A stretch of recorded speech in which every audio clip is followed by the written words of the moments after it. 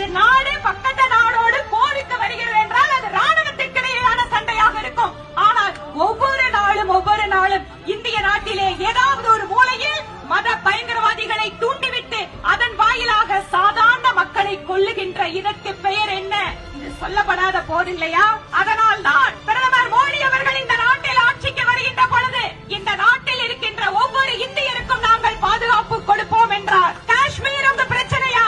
காஷ்மீருக்கு தீர்வு கொடுக்க முடியுமா? எங்களால் முடியும் என்று நிரூபித்தவர் பிரதமர் மோடி. இன்று அதையெல்லாம் குலைத்து பார்க்க முடியுமா என்று ஒரு தாக்குதலை நிகழ்த்தி காட்டியிருக்கிறார்கள். அவர்கள் ஒவ்வொருவரும் பேசியதையெல்லாம் அங்கு பாதிக்கப்பட்ட மக்கள் பரிதவிப்போடு சொல்கின்றதை பார்க்கின்ற பொழுது இங்கு இருக்கக்கூடிய ஒவ்வொருவருடைய ரத்தமும் கொதித்து போயிருக்கிறது. இந்தியா சில நடவடிக்கைகளை எடுத்திருக்கிறது.